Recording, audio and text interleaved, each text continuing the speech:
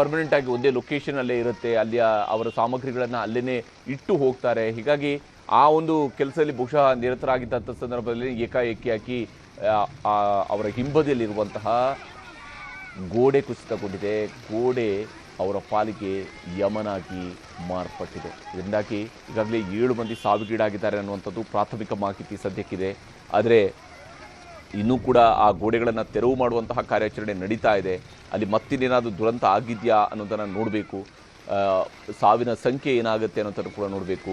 ನಿಜಕ್ಕೂ ಬೆಂಗಳೂರಿನ ಪಾಲಿಗಿದು ಮರಣ ಮಳೆಯಾಗಿ ಪರಿಣಮಿಸಿದೆ. ಈ ಬಾರಿಯ ಬೇಸಿಗೆಯ ಸಂದರ್ಭದಲ್ಲಿ ಬರುವಂತಹ ಮಳೆ ಮಹಾಮಳೆಯಾಗಿ ನಾವು ಹಿಂದೆ ನೋಡಿದ್ವಿ ಯಾವ ರೀತಿಯಾಗಿ ಒಬ್ಬಳು ಇಂಜಿನಿಯರ್ ಆಗಿ ಕೆಲಸ ಮಾಡ್ತಾ ಇದ್ದಂತಹ ಹುಡುಗಿ ಬೆಂಗಳೂರಿನಲ್ಲಿ ಒಂದು ಅಂಡರ್ ಪಾಸ್ನಲ್ಲಿ, ನಮ್ಮ KR ಸರ್ಕಲ್ನಲ್ಲಿರುವಂಥ ಅಂಡರ್ ಪಾಸ್ನಲ್ಲಿ ಇದ್ದಕ್ಕಿದ್ದಂತೆ ನೀರಿಗೆ ಸಿಲುಕಿ ಸಾವಿಗೀಡಾಗಿದ್ದಂತಹ ದುರಂತವನ್ನು ನೋಡಿದ್ವಿ. ಅಂದರೆ ಈ ರೀತಿಯಂತಹ ದುರಂತಗಳು ಸಂಭವಿಸಿದಾಗ ಇವೆಲ್ಲವೂ ಕೂಡ ಮೊದಲ ಮಳೆಯಲ್ಲಿ ಬರುವಂತಹ ದುರಂತಗಳು ಒಂದು ಭಾಗ. ಆದರೆ ಇನ್ನೊಂದು ಮರ ಉರುಳಿ ಬಿದ್ದು ಬರುವಂತಹ ದುರಂತಗಳು ಕೂಡ ನಮ್ಮ ಬೆಂಗಳೂರಲ್ಲಿ ಸಾಮಾನ್ಯ ಅಂತೇಳಿ ಆಗಿದೆ. ಗೋಡೆ ಕುಸಿತಗೊಂಡು ಈ ರೀತಿಯಾಗಿ ದುರಂತ ಸಂಭವಿಸಿದೆ.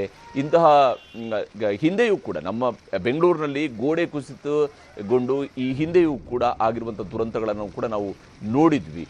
ಯಾವ ಸ್ವರೂಪದಲ್ಲಿ ಯಶವಂತಪುರ ಭಾಗದಲ್ಲಿ ಹಿಂದೆ ಗೋಡೆ ಕುಸಿತಗೊಂಡು ದುರಂತ ಸಂಭವಿಸಿತು, ಅಲ್ಲಿ ವಿದ್ಯಾರ್ಥಿನಿಯೊಬ್ಬಳು ಸಾವಿಗೀಡಾಗಿದ್ದಂತಹ ಪ್ರಕರಣವು ಕೂಡ ನಡೆದಿತ್ತು. ಈಗ ಮತ್ತೆ ಗೋಡೆ ಕುಸಿತಗೊಂಡಿದೆ. ಗೋಡೆ ಕುಸಿತ ಆಗಿ 7 ಮಂದಿ ಸಾವಿಗೀಡಾಗಿದ್ದಾರೆ ಅಂತೇಳಿ. ಆದರೆ ಯಾವ ಸ್ವರೂಪದಲ್ಲಿ ಅಂದರೆ ಒಂದು ಟೌನ್ನಲ್ಲಿರುವಂತಹ ಪ್ಲಾನಿಂಗ್ನ ಕೊರತೆ ಯಾವತ್ತೂ ಕೂಡ ಇರುವಂಥದ್ದು. ಕಾಮಗಾರಿಗಳು ನಡೀತಾ ಇರ್ತವೆ, ಕಾಮಗಾರಿ ಅದರ ಪಾಡಿಗೆ ನಡೆಯುತ್ತೆ. ಮತ್ತೊಂದು ಕಡೆಯಲ್ಲಿ ನೀರು ಮಳೆ ಬಂದಾಗ ನೀರೇನಾಗುತ್ತೆ, ಎಲ್ಲಿ ಹೋಗುತ್ತೆ, ಯಾರೂ ಯಾವುದು ಯೋಚನೆ ಆಗೋದಿಲ್ಲ. ಈ ದುರಂತ ಸಂಭವಿಸಿದಾಗ ಇದರ ಬಗ್ಗೆ ತನಿಖೆ ನಡೆಸ್ತಾರೆ, ಕಾಂಪನ್ಸೇಷನ್ ಕೊಡ್ತಾರೆ, ಸತ್ತ ಜೀವಗಳಿಗೆ 5 ಲಕ್ಷ ರೂಪಾಯಿಯ ರೀತಿಯಲ್ಲಿ ಪರಿಹಾರಗಳನ್ನು ಘೋಷಣೆ ಮಾಡ್ತಾರೆ. ಬಿಟ್ಟರೆ ಬೇರೇನೂ ಆಗೋದಿಲ್ಲ. ಇಲ್ಲಿ ಈಗಾಗಲೇ ಬೆಂಗಳೂರು ಪೊಲೀಸ್ ಕಮಿಷನರ್ ಅವರು ಕೂಡ ಸ್ಥಳಕ್ಕೆ ದೌಡಾಯಿಸಿದ್ದಾರೆ. ನಮ್ಮ ಪ್ರತಿನಿಧಿ ಮಾದೇಶ್ ನಮ್ಮ ಜೊತೆಗೆ ಸಂಪರ್ಕದಲ್ಲಿದ್ದಾರೆ. ಮಾದೇಶ್, ಏನಾಗ್ತಾ ಇದೆ? ಈಗಾಗಲೇ ಕಮಿಷನರ್ ಅವರು ಕೂಡ ಬಂದಿದ್ದಾರೆ. ಏನು ಅಪ್ಡೇಟ್ಸ್ ಇದೆ? 7 ಮಂದಿ ಸಾವಿಗೀಡಾಗಿದ್ದಾರೆ ಅನ್ನುವಂತಹ ಮಾಹಿತಿ ಇದೆ. ಅಲ್ಲಿ ಸಂಪೂರ್ಣವಾಗಿ ಈಗ ಉರುಳಿ ಬಿದ್ದಿರುವಂಥ ಗೋಡೆಯನ್ನು ತೆರವು ಮಾಡಲಾಗಿದೆಯಾ? ಏನಿದೆ ಅಪ್ಡೇಟ್ಸ್ ಮಾದೇಶ್? ಹರಿಪ್ರಸಾದ್, ಸದ್ಯಕ್ಕೆ ನಾನು ಘಟನಾ ಸ್ಥಳದಲ್ಲಿದ್ದೀನಿ. ಯಾವಾಗ ಘಟನೆಯ ಬಗ್ಗೆ ಮಾಹಿತಿ ಬರ್ತಿದ್ದಂತೆ ಘಟನಾ ಸ್ಥಳಕ್ಕೆ ಕಮಿಷನರ್ ಸೀಮಂತ್ ಕುಮಾರ್ ಸಿಂಗ್ ಅವರು ಭೇಟಿ ನೀಡಿ ಪರಿಶೀಲನೆ ಮಾಡ್ತಿದ್ದಾರೆ. ಸ್ವತಃ ಯಾರು ಏನು ಅನ್ನೋದಕ್ಕೆ ಸಂಬಂಧಪಟ್ಟಂತೆ ಅವರ ಕುಟುಂಬಸ್ಥರ ಬಗ್ಗೆ ಮಾಹಿತಿಯನ್ನು ಕಲೆ ಹಾಕುವಂಥ ಕೆಲಸವನ್ನು ಕೂಡ ಈಗಾಗಲೇ ಪೊಲೀಸರು ಮಾಡ್ತಿದ್ದಾರೆ. ಘಟನಾ ಸ್ಥಳದಲ್ಲಿ ಈ ಒಂದು ತೆರವು ಕಾರ್ಯಾಚರಣೆಯನ್ನು ಕೂಡ ನಡೆಸುವಂಥ ಕೆಲಸವನ್ನು ಮಾಡಲಾಗ್ತಿದೆ. ಸದ್ಯಕ್ಕೆ ನೀವು ನೋಡ್ಬೋದು, ಇದು ಸ್ಪಾಟು.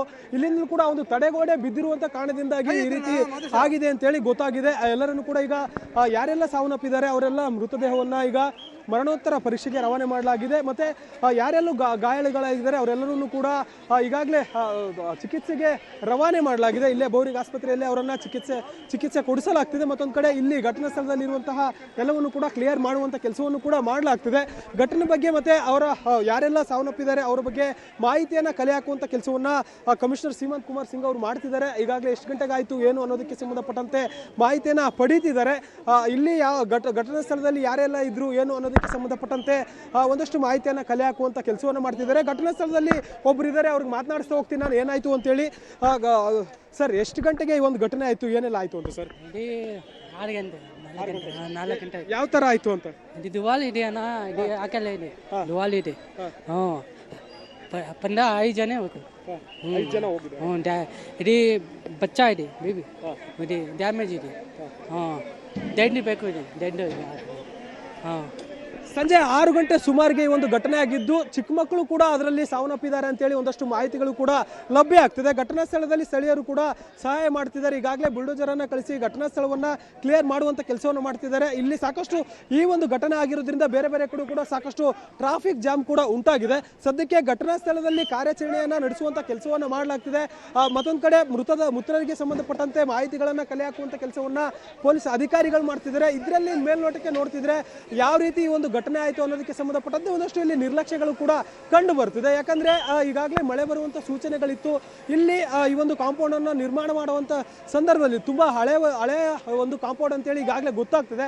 ಅದನ್ನ ನಿರ್ಮಾಣ ಹಂತದಲ್ಲಿ ಆಗಿರ್ಬೋದು, ಅದರ ವಿಚಾರಕ್ಕೆ ಸಂಬಂಧಪಟ್ಟಂತೆ ಕೂಡ ಯಾವುದೇ ರೀತಿಯಾದಂತಹ ಮಾಹಿತಿಗಳು ಯಾರೆಲ್ಲ ಅಧಿಕಾರಿಗಳಿದ್ರು ಅದ್ರ ಬಗ್ಗೆ ಕೂಡ ಮಾಹಿತಿಯನ್ನು ಕಲೆ ಹಾಕುವಂತ ಕೆಲಸವನ್ನ ಮಾಡಲಾಗ್ತಿದೆ.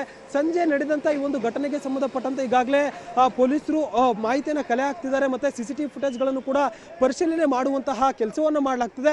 ಇಲ್ಲಿ ಜನ ನಿಂತವರನ್ನು ಕೂಡ ಅವರನ್ನ ಕ್ಲಿಯರ್ ಮಾಡ್ತಿದ್ದಾರೆ, ಬೇರೆ ಯಾರಿಗೂ ಕೂಡ ಮತ್ತೆ ತೊಂದರೆ ಆಗಬಾರ್ದು ಅನ್ನುವಂಥ ನಿಟ್ಟಿನಲ್ಲಿ. ಸದ್ಯಕ್ಕೆ ಈ ಒಂದು ಘಟನೆಗೆ ಸಂಬಂಧಪಟ್ಟಂತೆ ಮತ್ತೊಬ್ಬರನ್ನ ಮಾತನಾಡಿಸ್ತಾ ಹೋಗ್ತೀನಿ. ಸರ್, ಎಷ್ಟು ಜನ ಡೆತ್ ಆಗಿದ್ದಾರೆ ಅಂತೇಳಿ ಮಾಹಿತಿ ಇದೆ ಸರ್? ಖಂಡಿತ ಒಂದು 8 ಇಂದ 9 ಜನ ಹೋಗಿದ್ದಾರೆ ಸರ್. 2 ಮಕ್ಕಳು ಇದ್ದಾರೆ, ಅದರಲ್ಲಿ ಹೆಂಗಸರು ಇದ್ದಾರೆ, ಅದರಲ್ಲಿ 2 ಹೆಂಗಸರು ಸೀರಿಯಸ್ ಆಗಿ ಕೂಡ ಇದ್ದಾರೆ. ಆಮೇಲೆ ಬಿಸ್ನೆಸ್ ಮಾಡ್ತಾರಲ್ಲ ಸಣ್ಣ ಪುಟ್ಟ ಫುಟ್ಪಾತ್ ಮೇಲೆ ಎಲ್ಲ ಅವರೂ ಇದಾಗಿದ್ದಾರೆ. ಖಂಡಿತ ಮಳೆ ಬಿದ್ದ ತಕ್ಷಣ ಎಲ್ಲ ಸ್ಪಾಟ್ ಆಗಿದ್ದಾರೆ ಸರ್. ಅದು ಇವಾಗ ಏನು ಹೇಳಿ ನಾನು ಹೇಳಿ ಸರ್. ಅವರೆಲ್ಲ ಯಾರು ಏನು ಅಂತ ಏನಾದ್ರು ಗೊತ್ತಾ? ಪರಿಚಯಸ್ಥರು ಯಾರಾದ್ರು? ಸರ್, ಪಬ್ಲಿಕ್ಕು ಬಿಸ್ನೆಸ್ ಫುಟ್ಪಾತ್ ಮೇಲೆ ಮಾಡ್ತಾರಲ್ಲ ಅವರೇ ಇರೋದು. ಬಟ್ ಇವು ಶಾಪಿಂಗ್ ಮಾಡೋಕ್ಕೆ ಬರ್ತಾರೆ, ಬಟ್ಟೆಗಳು ಎಲ್ಲ ಹೆಂಗಸರು. ಅದು ಮಳೆ ಬಿತ್ತಲ್ಲ ಗಾರೆಗಳು, ಅದಕ್ಕೋಸ್ಕರ ನಿಂತ್ಕೊಂಡಿದ್ರು. ಏನು ಹೇಳೋಕ್ಕಾಗತ್ತೆ, ತಕ್ಕಂತ ಬಿದ್ದಿದೆ.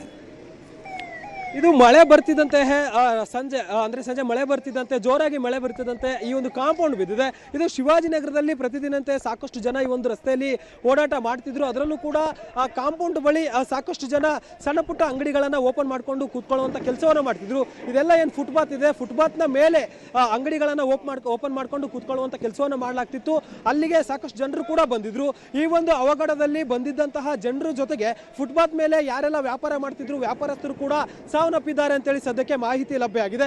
ಸದ್ಯಕ್ಕೆ ಮೃತರ ಬಗ್ಗೆ ಕೂಡ ಕಂಪ್ಲೀಟ್ ಆಗಿ ಡೀಟೇಲ್ಸ್ ಅನ್ನ ಕಲೆ ಹಾಕುವಂತ ಕೆಲಸವನ್ನ ಪೊಲೀಸರು ಮಾಡ್ತಿದ್ದಾರೆ. ಖುದ್ದು ಘಟನಾ ಸ್ಥಳದಲ್ಲಿ ಕಮಿಷನರ್ ಸೀಮಂತ್ ಕುಮಾರ್ ಸಿಂಗ್ ಅವರು ಪರಿಶೀಲನೆ ಮಾಡುವಂತ ಕೆಲಸವನ್ನು ಮಾಡ್ತಿದ್ದಾರೆ. ಕೆಲವೇ ಕ್ಷಣಗಳಲ್ಲಿ CM ಅವರು ಕೂಡ ಘಟನಾ ಸ್ಥಳಕ್ಕೆ ಬರುವಂತ ಸಾಧ್ಯತೆ ಇದೆ ಅಂತ ಕೂಡ ಹೇಳಲಾಗ್ತಿದೆ. ಸದ್ಯಕ್ಕೆ ಘಟನಾ ಸ್ಥಳದಲ್ಲಿರುವಂತಹ ಪರಿಸ್ಥಿತಿಯನ್ನ ಒಂದಷ್ಟು ಮಾಹಿತಿಯನ್ನ ಕಲೆ ಹಾಕುವಂತ ಕೆಲಸವನ್ನ ಕಮಿಷನರ್ ಮಾಡ್ತಿದ್ದಾರೆ. ಮತ್ತೆ ಮೃತರಿಗೆ ಸಂಬಂಧಪಟ್ಟಂತೆ ಮತ್ತೆ ಘಟನೆ ಹೇಗಾಯಿತು ಅನ್ನೋದಕ್ಕೆ ಸಂಬಂಧಪಟ್ಟಂತೆ ಎಲ್ಲ ಮಾಹಿತಿಯನ್ನ ಕಲೆ ಹಾಕುವಂತ ಕೆಲಸವನ್ನ ಮಾಡಲಾಗ್ತಿದೆ. ಹರಿಪ್ರಸಾದ್. ಎಸ್, ಖಂಡಿತ ಮತ್ತಷ್ಟು ಅಪ್ಡೇಟ್ಸ್ ಅನ್ನ ನಿಮ್ಮಿಂದ ಪಡ್ಕೊಳ್ತೀನಿ ಮಾದೇಶ್. ಈಗಾಗಲೇ ಘಟನಾ ಸ್ಥಳಕ್ಕೆ ಪೊಲೀಸ್ ಆಯುಕ್ತರು ತಲುಪಿದ್ದಾರೆ, ಅಲ್ಲಿ ಹೋಗಿ ಪರಿಶೀಲನೆ ನಡೆಸ್ತಾ ಇದ್ದಾರೆ. ಏನು JCBಗಳನ್ನು ಬಳಕೆ ಮಾಡಿ ಅಲ್ಲಿ ಬಿದ್ದಿರುವಂತಹ ವಾಲನ್ನು ತೆರವುಗೊಳಿಸುವಂತಹ ಪ್ರಯತ್ನ ನಡೀತಾ ಇದೆ. ಇಲ್ಲಿ ನೋಡಿ ಯಾವ ರೀತಿಯಾಗಿ ನಮ್ಮಲ್ಲಿ ಒಂದಕ್ಕೊಂದು ಸಂಬಂಧ ಇಲ್ಲದೆ ಇರುವಂಥ ಇಂಜಿನಿಯರಿಂಗ್ ನಡೆಯುತ್ತೆ ಅಂತ ಹೇಳೋದಕ್ಕೆ ಇದೊಂದು ಉದಾಹರಣೆ. ನಮ್ಮ ಬೆಸ್ಟ್ ಎಕ್ಸಾಂಪಲ್ ಆಗಿ ನಮ್ಮ ಕಣ್ಣು ಮುಂದೆ ಕಾಣ್ತಾ ಇರುವಂತಹ ದೃಶ್ಯವನ್ನು ನೀವು ಗಮನಿಸ್ಬೋದು. ಅಲ್ಲಿ ನೀರು ಸುರಿತಾ ಇರುವಂಥದ್ರ ಹಿಂಭಾಗದಲ್ಲಿ ಅಲ್ಲಿ ಕಟ್ಟಡಗಳನ್ನು ಕಟ್ತಾ ಇರೋದಕ್ಕೆ ಬೇಕಾಗಿರುವಂಥ ವ್ಯವಸ್ಥೆಗಳು ನಡೀತಾ ಇದ್ದಾವೆ. ಅಲ್ಲಿ ನವೀಕರಣದ ವ್ಯವಸ್ಥೆ ನಡೀತಾ ಇದೆ. ಆದರೆ ಮಳೆ ಬಂದಾಗ ನೀರು ಹರಿದು ಹೋಗೋದಕ್ಕೆ ಬೇಕಾಗಿರುವಂಥ ವ್ಯವಸ್ಥೆ ಬಹುಶಃ ನಮ್ಮಲ್ಲಿ ಯಾರು ಕೂಡ ಮಾಡ್ದಂಗೆ ಕಾಣ್ತಾ ಇಲ್ಲ. DCM DK ಶಿವಕುಮಾರ್ ಈಗ ಈ ಒಂದು ಘಟನೆಯ ಬಗ್ಗೆ ಮಾತನಾಡಿದ್ದಾರೆ. ಪೊಲೀಸ್ ಕಮಿಷನರ್ ಈಗ ಮಾತಾಡಿದ್ರು. ನಾನು ಅದಕ್ಕೆ ಮೀಟಿಂಗ್ ನ ಅರ್ಥ ಮಾಡ್ಬಿಟ್ಟು ಬೆಂಗಳೂರು ಕಡೆ ಹೊರಟಿದ್ದೀನಿ.